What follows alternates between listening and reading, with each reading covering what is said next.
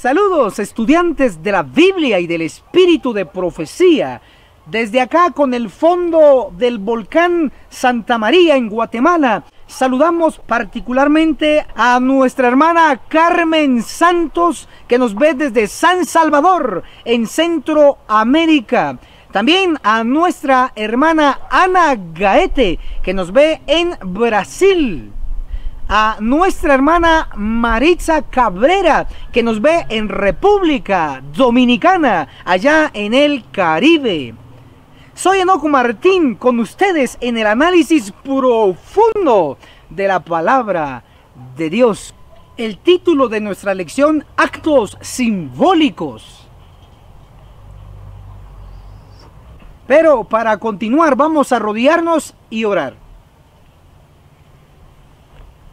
Padre viviente que está en los cielos, santificado sea su nombre. Pedimos su Santo Espíritu, que sea Él nuestro Maestro. Se lo pedimos en el nombre de Jesús. Amén. Jeremías capítulo 18 muestra un símbolo más, y es la vasija o el vaso de barro. Jeremías 18 verso 4 dice: y la vasija que hacía de barro se quebró en su mano. Ahí tenemos una vasija que se quebró, y él hizo otra vasija según le pareció mejor. Tenemos en realidad dos vasijas de barro, dos vasijas, una que se quebró y otra que no se quebró. Una vasija en profecía, ¿qué representa? Representa un reino. ¿Cómo lo sabemos? Jeremías 18, que es el mismo capítulo, verso 7 dice: en un instante puedo hablar contra una nación, dice Dios, contra un reino, para arrancar, derribar y destruir. Así como el alfarero forma una vasija, si él quiere lo puede destruir. Así como fue destruida, quebrada esta vasija, la primera vasija. Luego el alfarero puede hacer otra vasija. En este caso, la vasija quebrada representa al reino de Judá. Pero ¿a quién representa la otra vasija que no se quebró? De acuerdo a Daniel 2, verso 44, dice el profeta que en los días de estos reyes, en los días de los reyes de nuestro tiempo, el Dios del cielo levantará un reino. Dice en los días, no dice después de estos reyes, sino en los días de estos reyes, que va a levantar Dios un reino. Sí, un reino teocrático, donde el que gobierna es Dios, donde no habrá pecadores, sí, aquí en la tierra. Mateo 24, verso 14 dice: y será predicado el evangelio del reino por testimonio a todas las naciones, y entonces vendrá el fin. Noten que no puede venir el fin si no es predicado el evangelio. Y el evangelio viene del reino. ¿De qué reino? Del reino de Dios, de un pueblo santo y puro acá en la tierra. Ese reino que Dios está a punto de levantar está representado, está simbolizado por la vasija que no se quebró. El profeta Jeremías utiliza uno de los símbolos, una vasija de barro que representa un reino.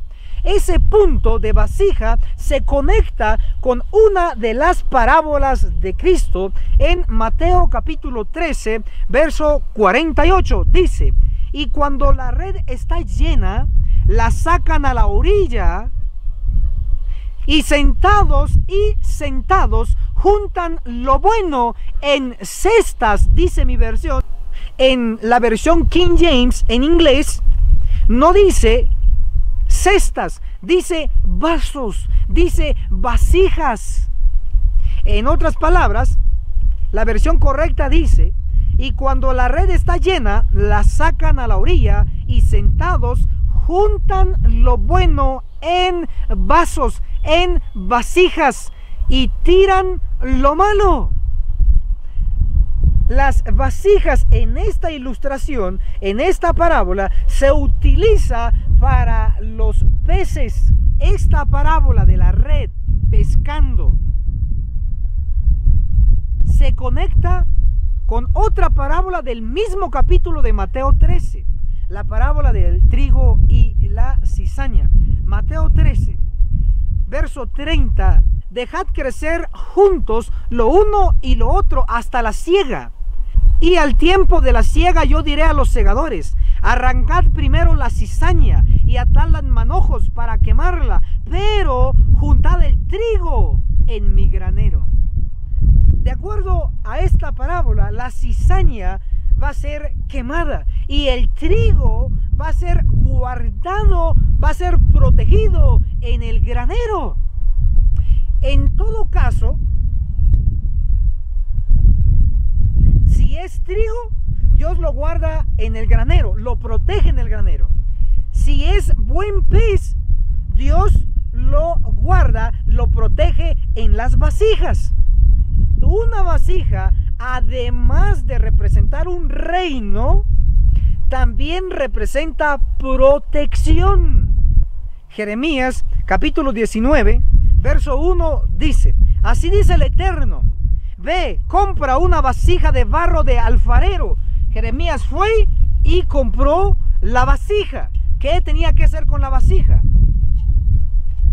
Jeremías 19, verso 10 y 11. Entonces quebrarás la vasija ante los ojos de los hombres que van contigo. Verso 11.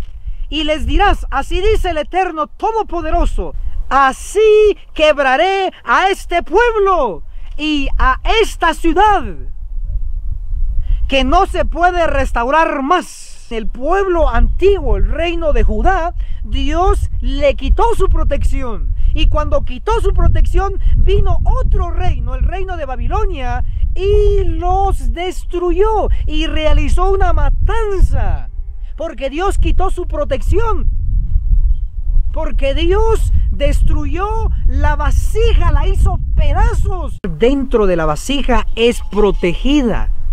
Pero al ser quebrada la vasija, la protección es quitada. Justo es lo que pasó con el reino de Judá. Dios le quitó su protección y vino el reino de Babilonia y los destruyó.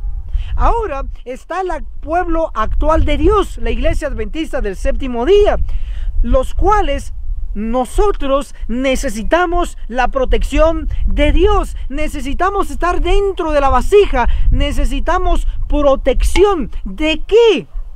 Número uno, necesitaremos protección para los 5 ángeles que Dios enviará para destruir a los pecadores entre su pueblo. ¿Cómo lo sé? Eso lo puede usted leer en el libro de Ezequiel capítulo 9. Hay 6 que llegan, uno sella y los otros, que son 5, destruyen, matan. Ezequiel 9, verso 6 dice: matad viejos, jóvenes, doncellas, niños y mujeres, hasta que no quede ninguno. Pero no toquéis a ninguno que tenga la señal. ¿Necesitaremos nosotros protección? Sí, porque el que no tenga la señal, el que no tenga el sello, será destruido. Podemos leer en Joya de los Testimonios, tomo 1, página 336. Dice: leas el capítulo 9 de Ezequiel. La matanza general está descrita por la orden dada a los 5 hombres con armas, 5 ángeles con armas. ¿Cuántos vendrán? 5 a destruir a los pecadores dentro del pueblo. Entonces, ¿qué necesitaremos? La protección, el sello. Testimonios para los ministros, página 445. Hablando del sello, dice: solo los que en su actitud ante Dios ocupan el lugar de los que se arrepienten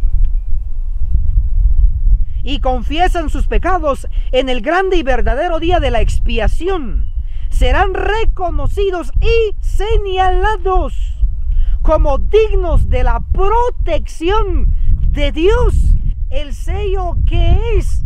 El sello del Dios vivo es una protección. El que no obtendrá el sello, no obtendrá la protección de Dios. También necesitaremos protección para la ley dominical, porque será un decreto de muerte. Apocalipsis capítulo 13 dice el verso 15: y se le permitió infundir aliento a la imagen de la primera bestia, para que la imagen pudiera hablar y dar muerte a todo el que no adore a la imagen de la bestia. También necesitaremos protección cuando caigan las plagas. Es por eso que en Apocalipsis 18:4 se les hace un llamado a los que estarán en Babilonia y dice: salid de ella, pueblo mío. ¿Para qué? Para que no seáis partícipes de sus pecados y no recibáis de sus plagas. ¿Van a caer las plagas? Sí van a caer, pero Dios hará un llamado entre todas las denominaciones protestantes para que se unan a su pueblo. Les dirá que salgan para que no reciban las plagas y sean protegidos. En el libro de Jeremías capítulo 18 del verso 1 al 11 se utiliza la ilustración de una vasija para compararlo con un reino. Jeremías 18 verso 7 dice: en un instante puedo hablar contra una nación o reino para arrancar, derribar y destruir. Dios es tan poderoso, así como el alfarero es tan fácil para él quebrar una vasija, romper una vasija. De igual manera para Dios es tan fácil destruir un reino, cualquier potencia mundial. El profeta Nahum pronostica dos pueblos. Para identificar al primer pueblo, leamos Nahum capítulo 1 verso 1. Libro de la visión de Nahum de Elcos, profecía acerca de Nínive. Nahum capítulo 3 verso 18 dice: durmieron tus pastores, oh rey de Asiria. Tenemos al primer pueblo identificado, que es Asiria. Asiria tenía por capital a Nínive. Entonces el primer pueblo es Asiria con su capital Nínive. Ahora identifiquemos al segundo pueblo. Nahum capítulo 1 verso 15 dice: ahí viene sobre los montes el que trae buenas nuevas, el que pregona la paz. Celebra, oh Judá, tus fiestas, cumple tus votos. Noten que se menciona al pueblo, al reino de Judá. El segundo pueblo que se menciona en el libro del profeta Nahum es el pueblo de Dios. Ahora identificaremos el tiempo del cumplimiento de la profecía de Nahum en sus 3 capítulos. ¿Cuándo se cumplirá? Nahum capítulo 2 verso 3 y 4 dice: el escudo de sus valientes es rojo, sus guerreros visten de púrpura, sus carros como fuego de antorchas. El día que se prepare, temblarán las hayas. Aquí se está hablando sobre una guerra, porque dice guerreros. Verso 4: los carros se precipitan a las plazas, ruedan con estruendo por las calles, su aspecto como antorchas encendidas, corren como relámpagos. En esta guerra de Nahum la era mecánica está avanzada. ¿Cómo lo sé? Porque los carros corren como relámpagos, chocan por las plazas, etc. La era mecánica avanzada. Ahora identifiquemos a qué guerra se refiere el profeta Nahum. ¿Será la Primera Guerra Mundial? No. ¿Por qué? Por lo siguiente: en la Primera Guerra Mundial, a los soldados, uno de los requisitos era saber manejar bicicleta para formar parte del ejército, porque la era mecánica aún no estaba desarrollada, estaba desarrollándose. Los carros en el tiempo de la Primera Guerra Mundial, que fue entre 1914 a 1918, que fue el espacio de la Primera Guerra Mundial, los carros en ese tiempo aún no estaban desarrollados, aún no alcanzaban grandes velocidades como relámpagos. La era mecánica aún no estaba desarrollada. Es por eso que la guerra de Nahum no es la Primera Guerra Mundial, porque en la guerra de Nahum la la era mecánica, los carros alcanzan grandes velocidades como relámpago, dice el profeta. Y la Segunda Guerra Mundial se peleó con la era mecánica avanzada, donde los carros corrían como relámpagos. En la Segunda Guerra Mundial se utilizaron tanques, carros, aviones. La era mecánica estaba avanzada, y es por ello que la guerra de Nahum es la Segunda Guerra Mundial. La Segunda Guerra Mundial empezó en 1939 y terminó en 1945. Entonces, con esto podemos ver que las profecías de Nahum no se aplicaron al tiempo antiguo, sino que se aplican a nuestro tiempo, a nuestra época, a la era cristiana. Entonces, el reino de Asiria que se menciona en Nahum no puede ser la antigua Siria. Entonces, el pueblo de Judá que se menciona en Nahum no puede ser el reino de Judá antiguo, debe ser el pueblo de Dios actual. Identifiquemos quién es hoy Asiria de nuestro tiempo. Para identificar quién es la Siria de nuestro tiempo, debemos saber sobre la Siria antigua. La Siria antigua era una potencia mundial. Era la nación más poderosa en el tiempo de Israel. De hecho, fue Asiria que se llevó cautivo al pueblo de Israel y los esparció, y los israelitas nunca regresaron. Las 10 tribus nunca regresaron. Los esparció Asiria porque Asiria era la potencia mundial de aquel tiempo. Pero hoy, ¿quién es la Siria de nuestro tiempo? Debe ser la potencia mundial. ¿Y quién es la potencia mundial? Sí, Estados Unidos de Norteamérica. Estados Unidos de Norteamérica es Asiria de nuestro tiempo. Nínive, que era la capital de Asiria, representa a Washington, D.C., donde está la Casa Blanca. Sí, el Señor nos sigue hablando hoy todavía. Ahora, ¿a quién representa el pueblo de Judá de Nahum? Representa al pueblo actual del reino de Judá. Recuérdese que los fundadores de la iglesia cristiana eran judíos, eran del reino de Judá, que luego se les cambió su nombre de judíos a cristianos por aceptar la verdad. Judá del libro de Nahum representa a la iglesia de nuestro tiempo, la iglesia cristiana, iglesia adventista del séptimo día. Comprobaremos que por la rebeldía de Asiria, de Estados Unidos, la profecía marca que habrá destrucción para esa nación. Nahum capítulo 3 versos 18 y 19 muestra la destrucción de Asiria.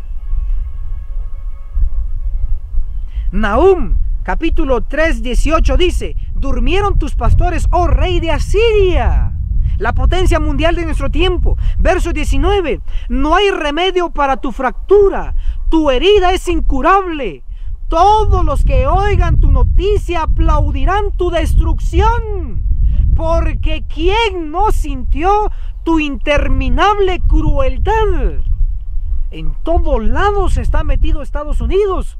La profecía está mostrando una destrucción de la Siria de nuestro tiempo. La va a humillar para salvar. Ahora, ¿qué ocurrirá con el pueblo de Dios? Nahum capítulo 1, desde el verso 12 al verso 15, se habla del pueblo de Dios actual. Nahum capítulo 1, verso 12, la última parte, empieza a hablar del pueblo de Dios. Dice: bien que te afligí, pero no te afligiré más, le dice Dios a su pueblo. Verso 13: ahora quebraré su yugo, el yugo de Asiria, que te oprime, y romperé tus coyundas. Este pueblo que es liberado del yugo de la esclavitud de Asiria es el pueblo de Dios. ¿Cómo lo sé? Isaías capítulo 10 verso 24 dice: Por tanto, el Señor, el Eterno Todopoderoso, dice: pueblo mío, que habita en Sión, no temas a los asirios. Está hablando de dos pueblos, igual que Nahum, de dos pueblos, de Asiria y del pueblo de Dios. Isaías 10:24, del pueblo de Dios y de los asirios, de Asiria. Verso 27, Isaías 10:27. En aquel tiempo su carga, la de Asiria, será quitada de tu hombro, del pueblo de Dios, y su yugo de tu cerviz, y el yugo se pudrirá a causa de la unción. ¿Quién es el que es liberado acá? El pueblo de Dios. ¿Del yugo de quién? De Asiria. Es por eso que cuando leemos Nahum, capítulo 1, verso 13, ahora quebraré su yugo, el yugo de Asiria, que te oprime, y romperé tus coyundas. ¿Acaso el pueblo de Dios no está en Asiria? Nahum capítulo 1, verso 14, dice acerca de ti. Si su versión menciona Nínive, es incorrecto. La versión en inglés, la King James Version, la que utilizaba el N de White, no menciona a Nínive, solo dice acerca de ti el Eterno decretó. Aquí el verso 14 no está hablando de Nínive, está hablando del pueblo de Dios. Es por ello que dijimos que Nahum capítulo 1, del verso 12, desde la última parte del 12 hasta el 15, está hablando del pueblo de Dios, que va a ser liberado. Ahora en el verso 14 dice acerca de ti, de la iglesia, del pueblo, el Eterno decretó una sentencia. El Eterno decretó: nunca más tendrás descendiente que lleve tu nombre.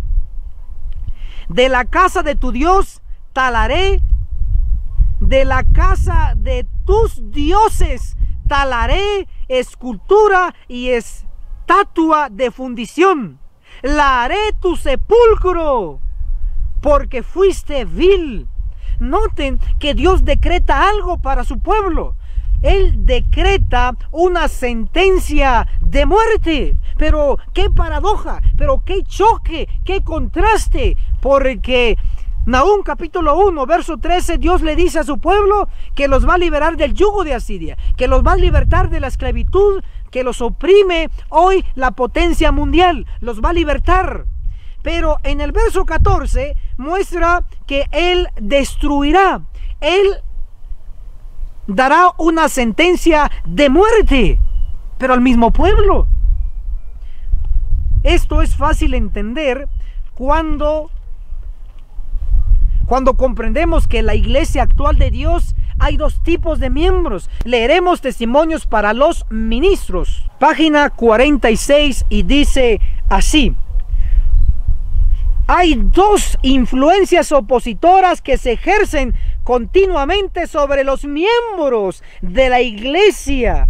Una influencia trabaja para la purificación de la iglesia y la otra para la corrupción del pueblo de Dios. ¿Cuántas influencias hay en la iglesia hoy?